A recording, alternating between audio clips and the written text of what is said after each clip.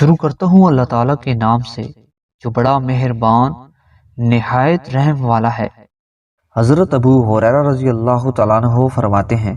کہ رسول اللہ صلی اللہ علیہ وآلہ وسلم نے فرمایا،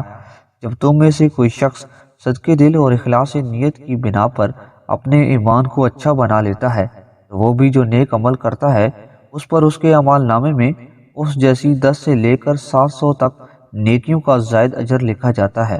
اور وہ جو برا عمل کرتا ہے اس پر اس کے نامہ اعمال میں اس ایک ہی عمل کا گناہ لکھا جاتا ہے یہاں تک کہ وہ اللہ سے ملاقات کرے۔ حضرت ابو امامہ رضی اللہ تعالیٰ عنہ راوی ہیں کہ ایک آدمی نے رسول اللہ صلی اللہ علیہ وآلہ وسلم سے پوچھا،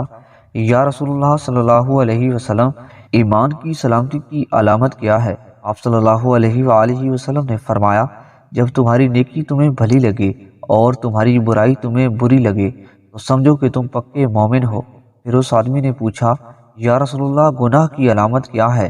ان حضور صلی اللہ علیہ وآلہ وسلم نے فرمایا، جب کوئی بات تمہارے دل میں کھٹک اور تردد پیدا کرے تو سمجھو کہ وہ گناہ ہے، لہٰذا اس کو چھوڑ دو۔ حضرت معاذ بن جبل رضی اللہ تعالیٰ عنہ فرماتے ہیں کہ میں نے رسول اللہ صلی اللہ علیہ وآلہ وسلم کو یہ فرماتے ہوئے سنا،